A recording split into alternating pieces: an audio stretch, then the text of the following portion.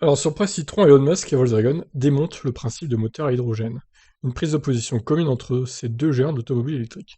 Alors qu'est-ce qu'ils ont dit? Herbert Diess, actuel PG de Volkswagen, et Elon Musk se connaissent très bien. En 2015, le fondateur de Tesla aurait même proposé, bon ça on sait. Si toutefois il peut arriver qu'ils ne s'entendent pas sur certains sujets, Diess et Elon Musk semblent d'accord pour dire que la voiture à hydrogène n'est pas crédible et peu utile. Sur Twitter, Diess a commencé par déclarer: il a été prouvé que la voiture à hydrogène n'apporte pas de réponse aux problèmes climatiques des transports. Ce à quoi Musk n'a pas tardé à répondre: Diess a raison, l'hydrogène est une forme incroyablement stupide de stockage d'énergie pour les voitures. Tout juste bonne pour un étage supérieur de fusée. Bon alors une chose est sûre, clairement, ils sont pas en faveur de l'hydrogène les deux.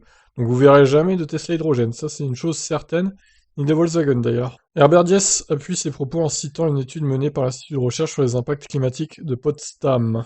Selon le PDG de Volkswagen, le carburant à base d'hydrogène est inefficace, coûteux et pire encore, puisqu'il serait nuisible pour l'environnement.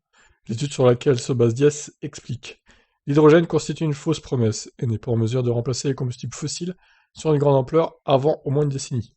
Volkswagen a toujours été très clair sur sa position concernant la voiture hydrogène. En 2019, le groupe allemand expliquait déjà qu'un moteur électrique perdait au maximum 30% d'énergie produite, alors que le moteur d'une voiture à hydrogène perd 45% de son énergie lorsque l'hydrogène est généré, et 55% lorsqu'il est transformé en électricité. Le niveau d'efficacité se situerait donc entre 25 et 30%, 35% contre 70 à 80 pour un moteur électrique classique. Ah bah ouais, y a pas photo. L'efficacité chute davantage lorsque l'hydrogène est utilisé comme carburant, sans être converti en électricité.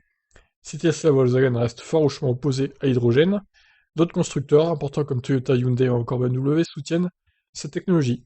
Et oui, on l'a vu tout à l'heure, hein, Toyota du coup qui a fait un record d'autonomie avec sa Mirai, plus de 1000 km en éco-conduite, évidemment. Voilà pour cette prise de position concernant Volkswagen et Tesla. Eh ben, les deux, ils ont raison. Je suis d'accord avec eux, personnellement. Allez, ciao.